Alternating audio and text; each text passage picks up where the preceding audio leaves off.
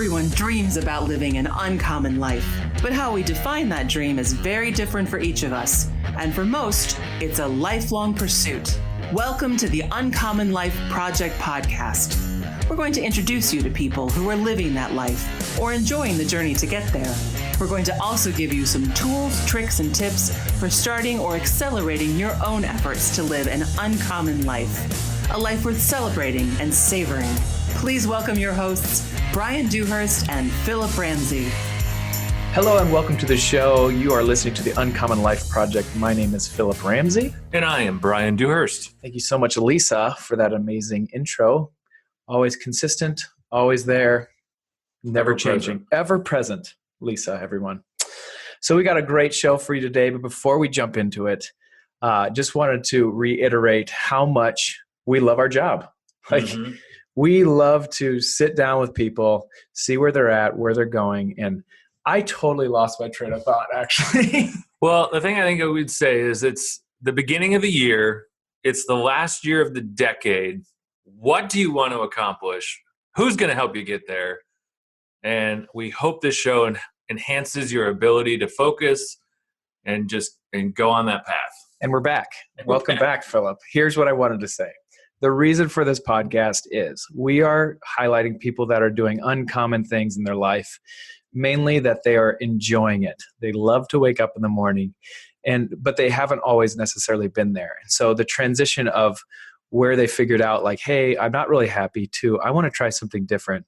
This is what we're trying to highlight in this show. We hope that you get inspired and encouraged with this. If you do, leave us a message. Tell us that you guys are listening. Or ladies, or folks. Always should say folks. Always should say folks. Wow. Anyway, so let's get into the show. We have an amazing show with Dereck Lewis. I want to hear the bio. D-Train. So Dereck this is just a great episode. He is married, has 2 daughters, lives here in Ankeny, Iowa, is a graduate from Iowa State. He is a Cyclone. And he is the founder, co-creator, and chief recipe. I don't know, I'm just making stuff up. But anyways, he owns Thelma's ice cream sandwiches. And if your mouth just started watering, you know what we're talking about. If you haven't, look it up. You may get hungry listening to this episode. It's an amazing show. Dereck, thank you for your time. We hope you enjoy it. Again, we hope you're encouraged. Let's get into the show. Thanks. Welcome to the show, Mr. Dereck Lewis. Hey, thanks for having me, guys. Yeah, I can't wait to just hear and unpack your story. A lot of people have not only heard of Thelma's, they've had Thelma's in their mouth. And so we're excited to see where it's been, where it's going, where it's come from, all that. And we have that for you in this show. And so I'm so excited just to hear more about Thelma's. Let's first just take kind of a detour here and talk about your life before Thelma's. What was that like? What were you doing? Who were you doing it with? How long have you been married? Give us all the details, buddy. Let's see. So all my family is from the Prairie City, Monroe area, east of Des Moines. Both my parents are farm kids and didn't go to college, which never really stopped them from their careers. My dad has been he farmed for a long time and then did insurance, and my mom did some real estate stuff. I graduated from high school in north central Iowa and then went to Iowa State for business management. Cyclone. Welcome, Cyclone. Yeah, there we go. During college, I was not a very good student. Can I get an amen? Right.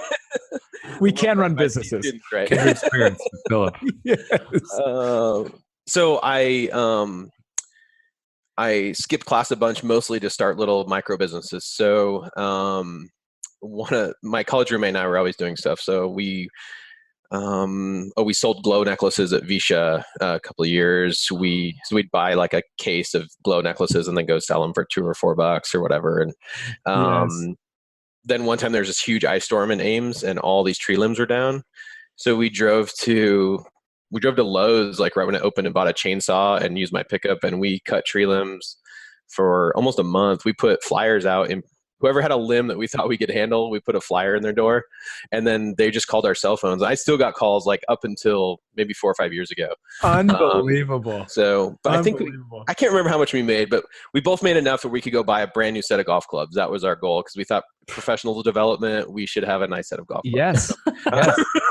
You know, it's funny. I'm just going to say, yeah, straight hustlers. But here at the end of the day, like if I was an employer and you were an employee that I wanted to hire and you told me that story, I'd be like, done, signed, sealed, and delivered. Like, I don't care about what your college degree says. You're it, you know? And I think that's why I got bored at school.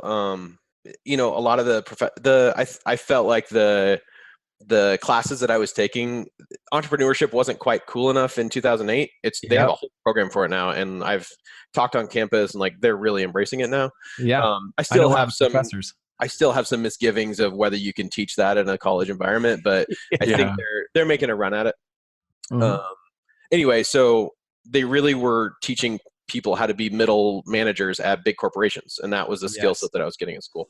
But during school, let's see. This kind of starts the interest in entrepreneurial ventures. But I was working at Sportsman Warehouse in Ankeny, the sporting goods store. Yeah. Yep. Cashier, just because I like hunting and fishing and stuff. And this guy came through my line. Yeah, exactly. This guy came through my line, and he had a bush plane on his shirt. And he was a booking agent for premium hunts, and he was in Iowa looking for a whitetail for a client, and which I thought sounded like the coolest job I could imagine. Yeah, sign me up. Yeah, so I said, so how do I get into that? He said, well, you, and I don't know why I asked this guy anything. It was so weird that I even engaged him in my line, because he was just buying like a Gatorade or something, and he said, well, you need to work for an outfitter if you're going to work in this business. Here's a guy's name. Why don't you give him a call? And it was a guy in Alaska who specialized in Dall sheep hunting. And so I called him and I said, hey, I want to work for you. And he said, cool. Meet me in Fairbanks on July, 20th. And if you're not in great shape and have the right stuff, then I'll just send you back home. If you look like you're going to be able to hack it, then we'll go out to camp. And so wow, I went to Alaska. So that happened. Yeah. So I showed up in Fairbanks. I did as much studying as I could on sheep hunting. I've never left. I mean, I never hunted outside Iowa really, maybe in Colorado once for elk or whatever. But so we took off, and then I worked under him for a couple of years as an assistant guide, and we did Dall sheep, brown bear, moose, pretty much if you can hunt it in Alaska. I hunted it, but the unique part that I didn't really foresee was the guys who booked those hunts. You know, those hunts are anywhere from, at the time, they were $15,000 to $25,000 or something. Gee, so, higher end. These were guys that, what I found out was everybody who showed up at the camp, they didn't work for anybody. They all owned something. And so they all told their story of what they owned. And it was really cool because the first day of camp, they were still a CEO. And then by day 3 or day 4 of being in the tent, they were just some guy. Yep. And so they just totally got soft and would just kind of share their story with me. Dereck the Sponge. Yeah. Soaking it in. And everybody, somebody, a mentor of mine told me, a professional I knew a long time ago, so everybody likes talking about themselves, which is kind of why podcasts exist, I guess. But right. Welcome to the show, Dereck. Right. So I just let them talk about themselves and quiz them how they start, what that first idea was. And one guy started a hunting company out of his garage and quit his job at the bank, and then moved to China to source stuff, all kinds of cool stuff. So that's really where I saw, like, okay, I see this group of people, and I want to be I want to have the kind of choices that they have. And living an uncommon life. Yeah, kind of a whole group of uncommon guys. Yeah. It would have been a cool podcast in the tent, like in the bush or whatever, like just season 4 and shooting stuff. And Philip, we're going to Alaska. I know. Sounds good. I remember these one guys showed up and they're like, you kind of stink. And I was like, well, I haven't showered in September yet. And it was the end of the month. And so it's November. Yeah. Oh, okay. That's funny. Anyway, it was an incredible experience. And so Iowa State had a study abroad internship program where I could basically leave for a semester, keep my same student status, and then write a paper on my experience. So I learned how the guide ran his operation, which was very much like, all right, here's the set of challenges we have. We're going to figure this out. Wow. and then also the client side of just getting to know those guys and starting to build those relationships. So Sure. Okay, so let's kind of tailor this. At what point did you think, okay, wait a second, I've been eating these ice cream sandwiches my whole life. I'm going to scale that thing.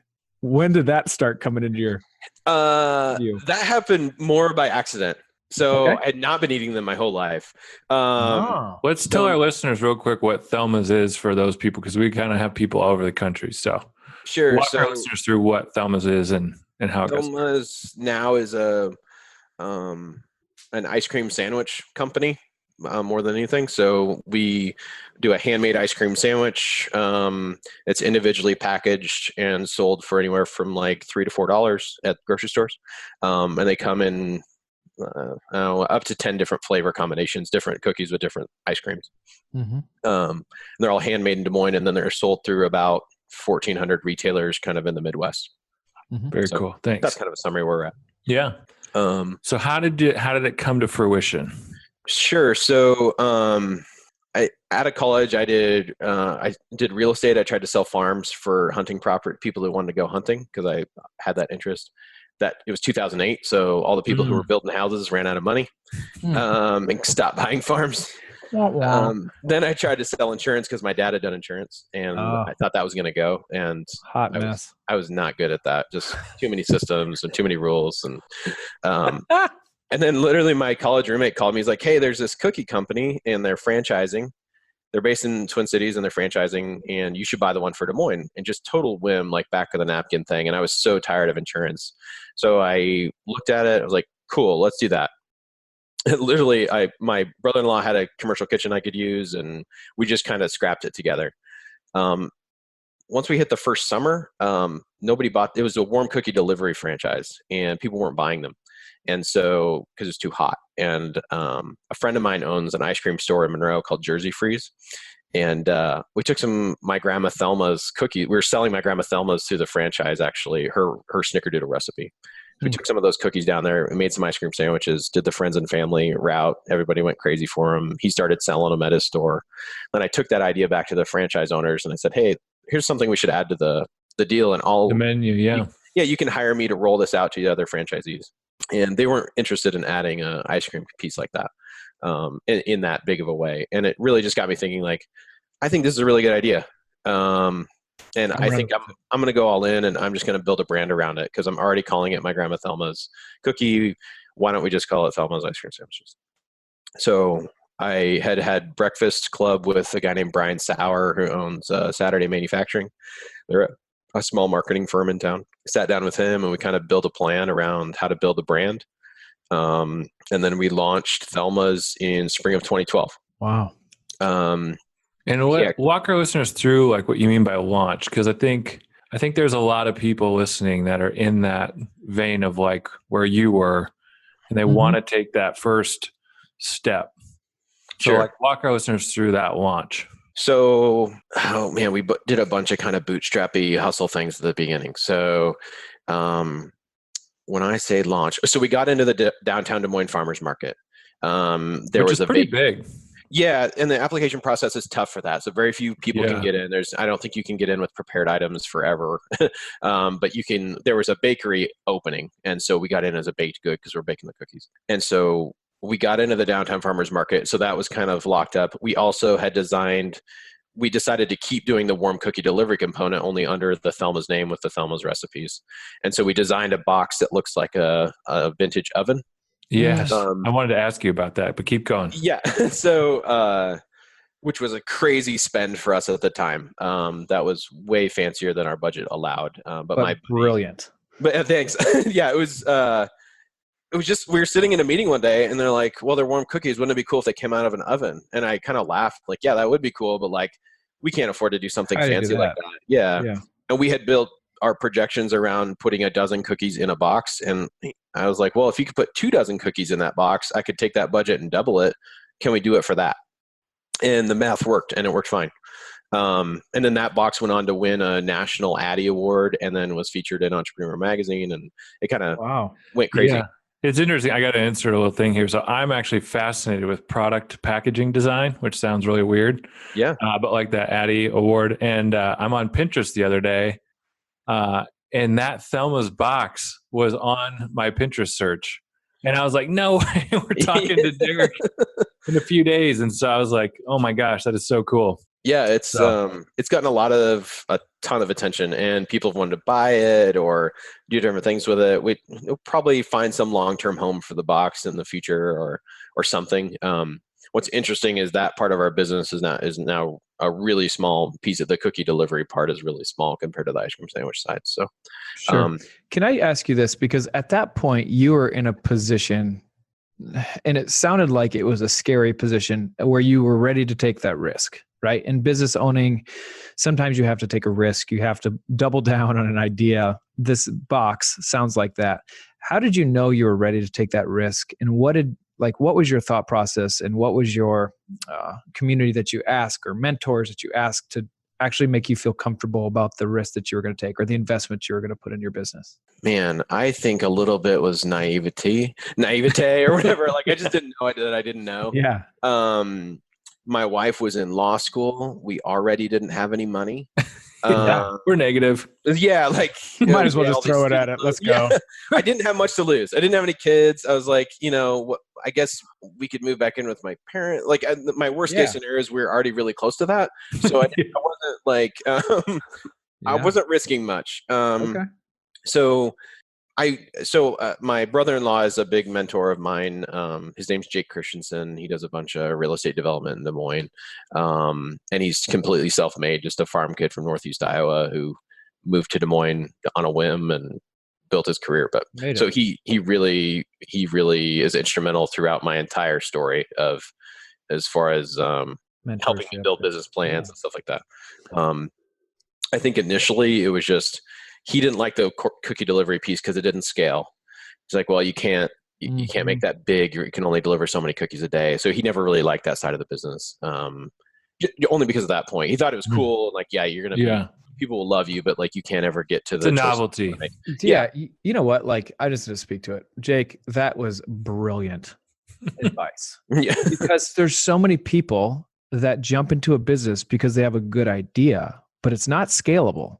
And because of the unscalable, you just basically just created a job for you for the rest of your life that you can't get out of. Yeah. And people do that all the time. There's people that are good at making items, and especially small food producers come to me all the time and say, okay, I make this really good potato salad. How can I scale it up or make, sell it all over the place? I'm like, well, there's limitations. There's only certain products that really let you do that. Once you had an ice cream sandwich, he's like, this is it. This is the thing you need to scale. So he said, tell me how you're going to make these ice cream sandwiches and where are we going to sell them? So I made my master business plan, which was really ambitious. And I remember, I think the gross sales number was like $1 million, which sounded like 100 million at the time.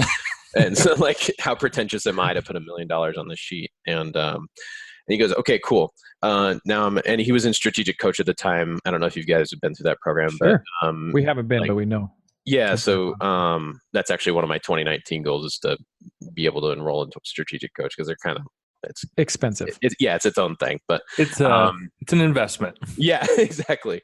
But he said, let's do the 10 times drill. So I want to take your goal times 10. So then let's make it 10 million. Now I want you to back into how many retailers do you need? How many units do you need to make? What equipment do you need to do? And I spent like a long time building that out. So really it just stretched my mind to say, wow, could I build it to that? It just puts it into achievable pieces that you say, well, yeah, I could. That would mean I need 3,000 grocery stores. Are there 3,000 grocery stores? Well, yeah, there's 40,000 grocery stores in the country and well over 3,000 in the Midwest. So I think this is reasonable. So those are the kind of questions and people that were in my life at the time. And then another good friend of mine is Charisse Flynn. She was the COO of Dwala. I don't know if you guys know Dwala. Sure. She started at Dwala when it was just Ben and the programmer. It was just the three of them. So Ben and the guy. Yeah. And so yes. And Charisse actually worked for Jake when I was an intern with Jake. So the three of us had worked together when I was an intern in college. And Charisse has always been a critical advisor too. She actually told me the cookie business was stupid because I was doing my business plan led me to still have an income below the poverty level. And whoops. I remember That's candor right there. I just remember we were having lunch and she wrote it down. She's like, so you're telling me if you do this and you do this and this, you'll still have a, income of $22,000 that you can take home at the end of the day. I was like, yeah. It's like, that really doesn't make sense, does it? She goes, no, you need to make a new plan. Then let's talk about it. And just really kind of people that, they just ask the hard questions and then make you hard answers and then go from there. So, those are my two really critical mentors starting out.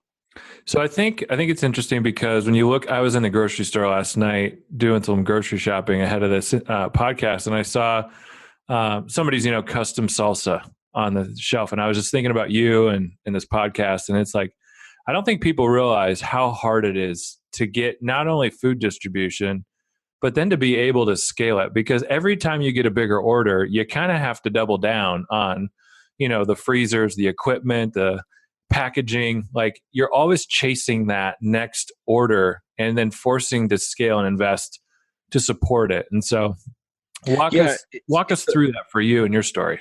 Yeah. So it's a cart and the horse problem. So there's a lot of food businesses. So if you make a really good barbecue sauce, for example, there are co-packers all over the country. If you give them the recipe, they'll send you a pallet of your barbecue sauce. You go sell it to Fairway, like easy peasy.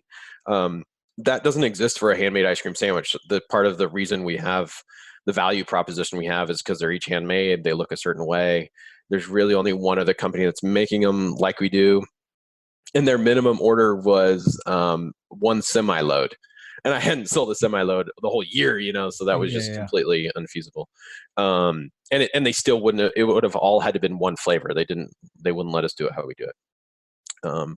So we started with 2 KitchenAid mixers and a countertop ice cream machine and a shared kitchen space. And you said you got that off Craigslist, right? Yeah. We bought our first push cart from a guy on the south side on Craigslist. We didn't know about push carts or anything. I think so. Maybe all in, we maybe had, let's say, $1,500, $2,000 maybe in the whole bit.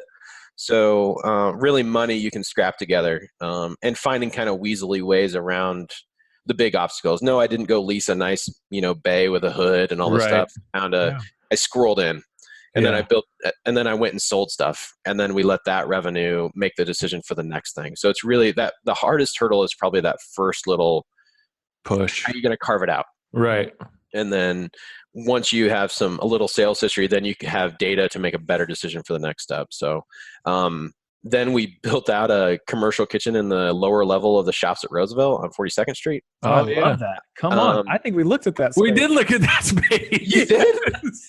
Kid you not. They're like, somebody just moved out of here. And they were showing us that space because we were looking for a place to rent. And I kid you not, we looked at that space. You're like, no, we're not running an underground gambling club. Like we did. Like, we actually are going to run a speakeasy now. So perfect. So when I originally found that space, it wasn't for lease. There was just a door on the back of the building. We were walking by, like, where's and that the bathroom was upstairs. Right. Yeah. You about cut your head off walking into that door. Yeah. Yeah. All right. Sorry. Keep going. That's funny. So that was completely full of old, there was an old tailor that used to be in that building. I can't remember his name, but a classic Des Moines tailor, but it was all full of buttons and moldy clothes and stuff. And I spent about 2 months of my own time cleaning it at night and building out that space myself. So I got like free rent for the first year in order to build out the space. And then we ran that until I had a walk-in freezer down there. All of our ingredients went down those steps and stuff back up those steps. We were saying holy cow because we down the steps. Yeah, we've been there. Yeah, they kind of turned and like it was steep. Let's just say. And that's what I guess the part that I was okay with. I said, wow, I have 1,500 square feet to myself. Mm-hmm. Like I can hassle. I know I'm going to have to put up with some inconveniences because I don't have money to do it. And I don't want to risk that much to have a nice like loading dock and all that stuff. So it was kind of our bootstrappy way to do that. After that, we outgrew that space, and so once we had that space, I could go sell more Hy-Vees. Sure. We had some great success in an early Hy-Vee. Hy-Vee is really cool in that you can pitch individual stores. Then we pitched some fairways, and Gateway Market in Des Moines was our first retailer. That's really where we learned how to sell stuff wholesale. And so then we pitched a bunch more Hy-Vees. Then it was going to be too much for that production facility. Then we actually started making our sandwiches out at the Brick Street Market in Bondurant. Brian and Mary Losi built a really fancy grocery store in Bondurant, and they had a beautiful, like, state-of-the-art bakery, but didn't use it all the time. So we came in there and made our ice cream sandwiches there, typically in the afternoons.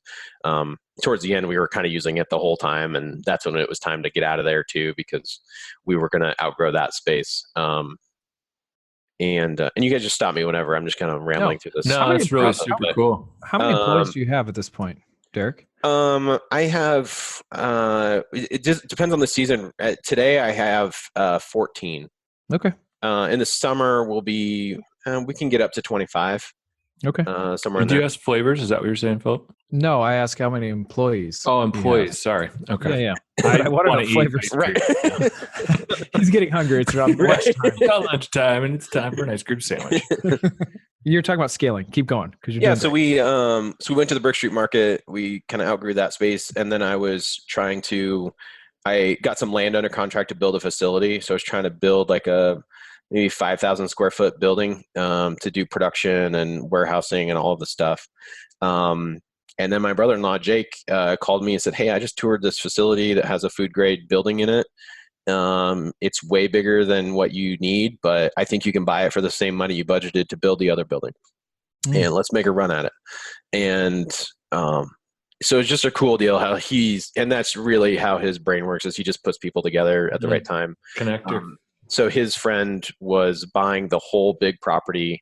And then we were buying our building as part of that transaction on the same, within a week of when he closed. So he wanted the big building and didn't want our building. So made a lot of sense for him. And we got to buy a 17,000 square foot building for the same money. So it was a huge win for our company, and we got to buy and own real estate instead of leasing something. Yeah. Yes. Good for you. We were just big enough and had enough track record that we could have a bank come in and loan us money to buy the building. Which is a huge deal to get a bank to buy in to the numbers that have happened. They obviously see huge potential. Yeah. And they're looking at, okay, well, we saw, banks and accountants only look backwards, which is a crappy part of their, and you're trying to get them to, because you're making decisions looking forward. I can't look backwards and make the decision. It's always like the rub that I've figured out or learned the hard way, I guess. So we got in the building, and originally we had 7,000 square feet of office space in there that was not Class A, but Class B office space with cubicles and stuff. And I was trying to lease it. And then slowly, we just kept storing stuff in there. And then I demoed out a little bit of it, could have a little more warehouse space. And really by the start of by last spring, we occupied the whole building. Wow. And then we had to build a mezzanine for storage of stuff, because we not only occupied it, but everything has a spot now. There's no extra things. Wow. Because you kind of have that bulk space for a long time. Sure. So I'm just going to ask this. You can leave for 6 months and this company, this business could still be running. Now, it probably wouldn't be running as efficiently. I get that, but it still would be running, right? Yeah. Yeah. So I have a plant manager. My dad is actually the plant manager. He stopped his insurance career because I called him one day. I was like, "I need you to come run the plant." Wow. And he's like, and we just work really well together. I think it's just the farming culture of family businesses and stuff. And my family didn't do a lot of super fun stuff when we were little. We just worked. And so we work well together. So hey, what are we doing this weekend? I don't know. We're going to clean up the yard and do this chores project. And so, just chores. There's no, we're not going to Adventureland. So and that's fun. Let's make it fun. Do you have your ice cream sandwiches at Adventureland yet? No, they have a weird Blue Bunny contract there. Stop the madness. Come on, Adventureland. What are we doing? Blue Bunny has enough distribution. We did just pitch the largest water park in the country or in the Midwest at the Wisconsin Dells yesterday. So Cool. we're Take hoping that, something else Adventureland. Yeah. So Philip and I know the entrepreneurial path, and you don't go it alone. And you've done a great job, I think, edifying these mentors and things. But walk us through what it's been like for you and your wife. How you've kind of stayed married, how that relationship works, and then is Thelma still in the picture? Kind of walk us through that support side.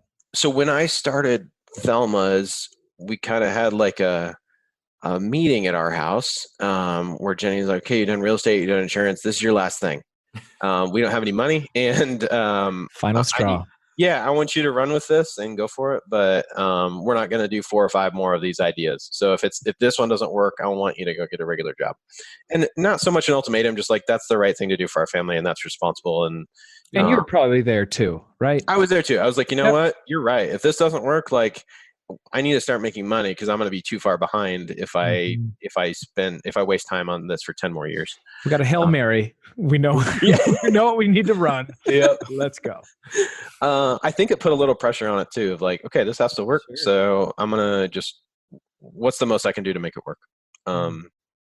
So that was, so our first year of marriage was, I was still doing real estate. It was awful. I was gone all the time. I was spending money I didn't have. I was just like making a bunch of terrible decisions. So, I think, and then my first daughter was born the same summer we launched Thelma's. So August of 2012 was when my daughter was born. So it's just a lot of stuff going on, and I didn't really, compartmentalize it. We just did it all at the same time. Sure. So marriage got much better after that. I got a little bit smarter on what to do. Yeah. When did you realize, like, I think I got it. I think we're good. Like, let's go. Instead of, I don't know. Well, I think I go through phases of that. So when we took on the building, or when we take on, we're going to do this. When we launched in the Twin Cities and we leased a warehouse up there and like hired 2 full-time drivers, like each time you take on, I think you have to go on that path of even right now. So this season that we're in right now is a very Keystone-y phrase. We took on, we sold HEB, which is the Hy-Vee of Texas. And they launch in the spring. That just adding that huge account is 340 stores. Even just adding that account is a big decision for us. I'm moving one of my sales reps to Austin. He's going to run points on it. It's just another round of risk. So I struggle with that question of where do you plateau? Because you don't really make money in growth mode. You really make money once you flatten out for a couple of years. It's really my experience has been, it's really been difficult to hold on to a lot of cash during growth mode. We've maintained almost a 100% growth rate since 2012. So it just goes back in. Reinvest. Yeah, we tell people it's like they're taking a rock in a slingshot, and you just keep pulling it back. But the further you pull it back, the further that rock's going to go. But I would say too, like the thing that I think I appreciate about what you just said was that at the end of the day, it was at the beginning when you said, I need to be all in. And I think there is some people out there that start a business and they have 1 foot in, 1 foot out. I know I did in this business that I'm in now. And I remember at one point, going all in, thinking to myself, like, yeah, this might be tough and we might have to suffer a little bit or sacrifice some things financially, but this is the right career for me. Does that make sense? And it was then when all of a sudden I was like, and things started getting more successful. And what I'm hearing from you is like, yeah, that happens once, but then over time, you feel like you have a little bit more of like, this is scary. We're growing. This is scary, but to be able to bounce that ideas off of other people is insurmountable. So keep going. Sorry. And one thing that Jake always emphasizes is he just wants me to not be scared of the zeros, because we're making the same decision you made at the shops at Roosevelt. There's just another comma. Brilliant. So I don't want you to freak out about that. Let's just break it down into, I remember one time we were going to buy a $90,000 truck. And he's like, okay. He goes, I don't care if it's a $900,000 truck. Show me the numbers, because they just have to line up together. Take the emotion out of it. Let's just make a decision. Like if you said every time I spend $90,000, I get $200,000 a year out of it. Cool. I will do that as many times as I can.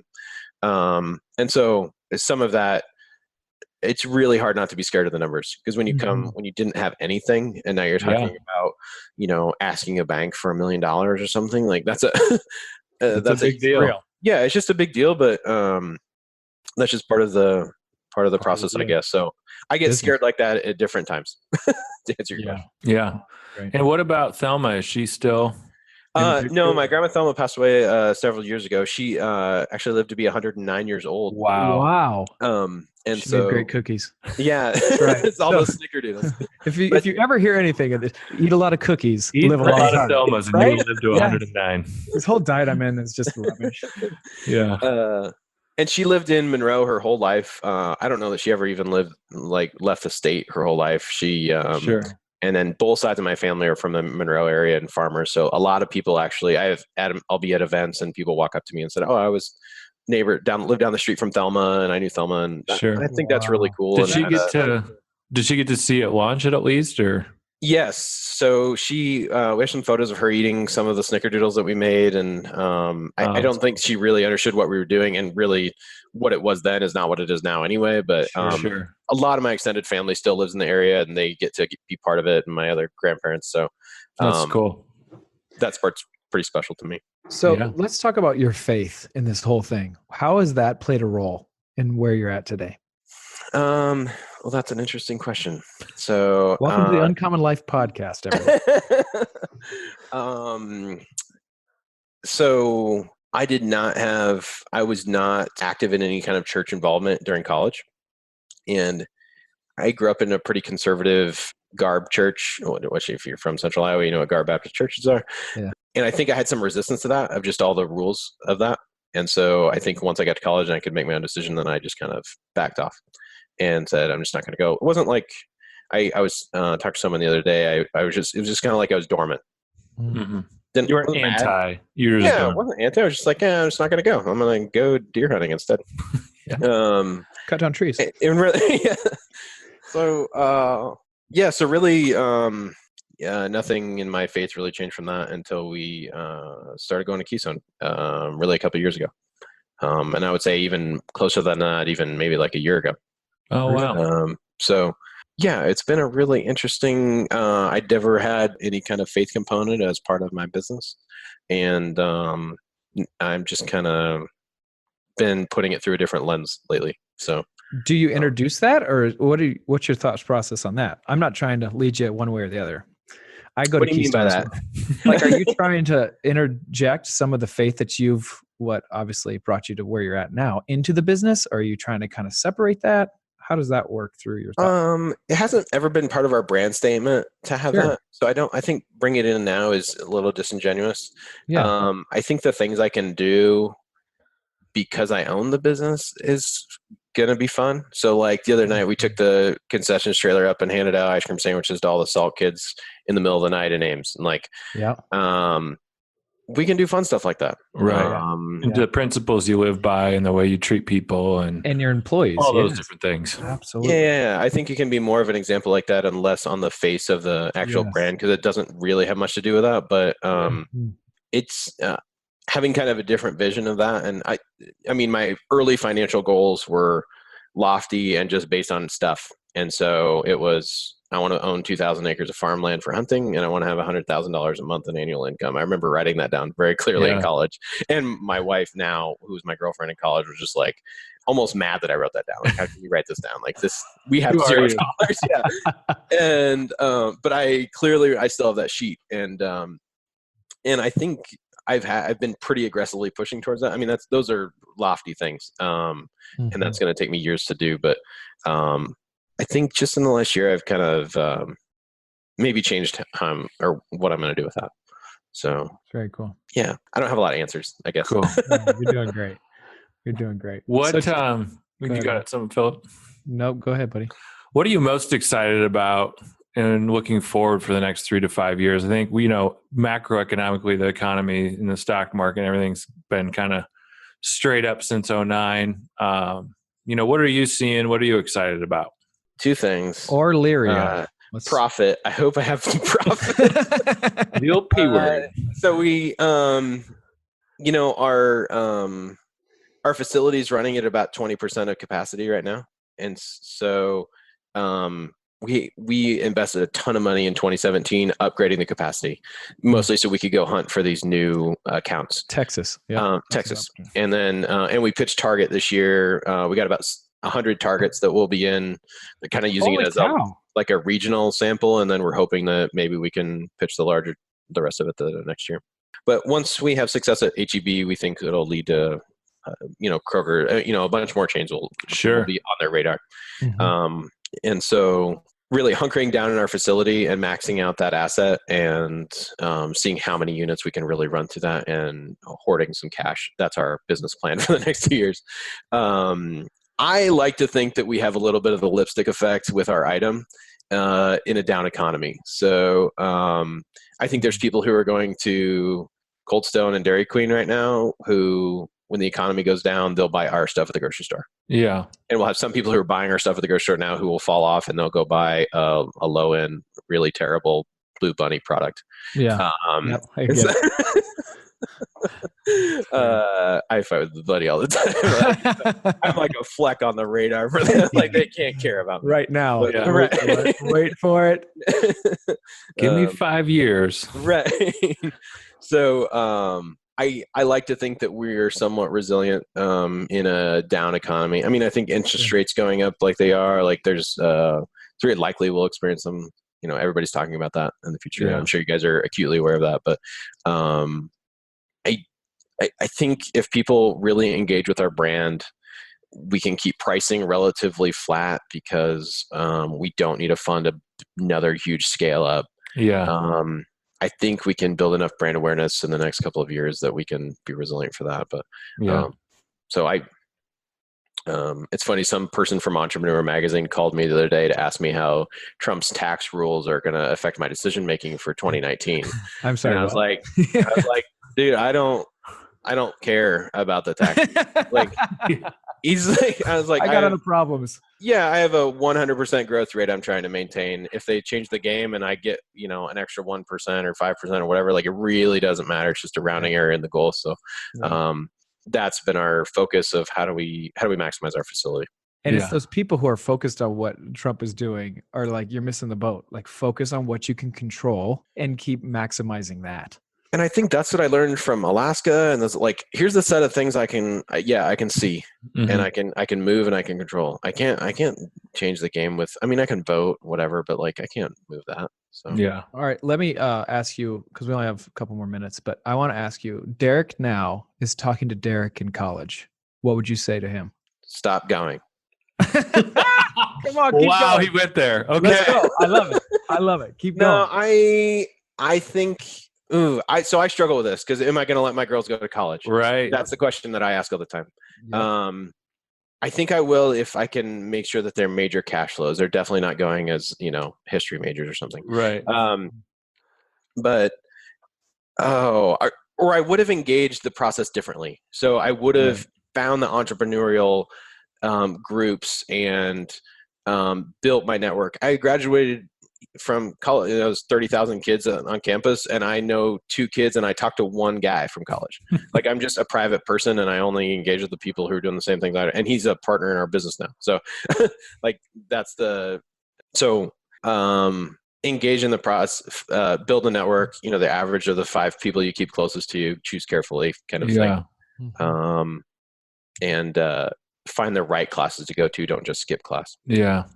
I think I echo that too. I look back at my college experience, and it's like the one word that I guess I would insert would be mentorship. And, I had good friends, took good classes, but it's that, it's the people that are 10, 20, 30 years older than you, helping you pave a path and make less mistakes. I think it's just, and it's easy to think for us to look back now because we have that degree and that piece of paper, and we can say, oh, we own our own business. We don't need it. But, I think it's tough to look at our kids and say, oh, you don't need that.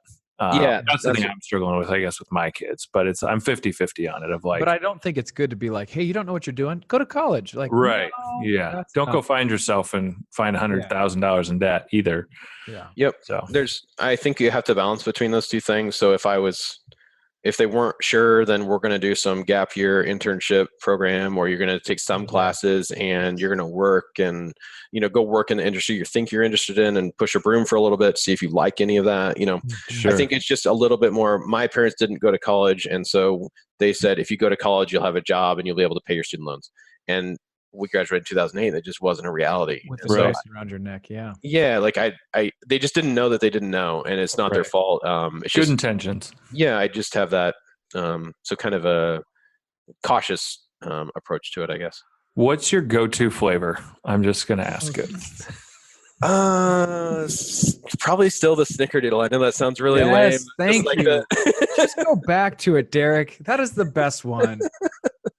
I'll do the snickerdoodle or the strawberry. Our strawberry has just real strawberries stirred up in it. So, and I built that recipe myself. So, gotcha. Near and dear, but come on, Thelma's snickerdoodles. Yeah, I tell people, and you're sitting at the stand, and people say, "Well, what's the best one?" And they think you don't know. I'm saying snickerdoodle. Just try it.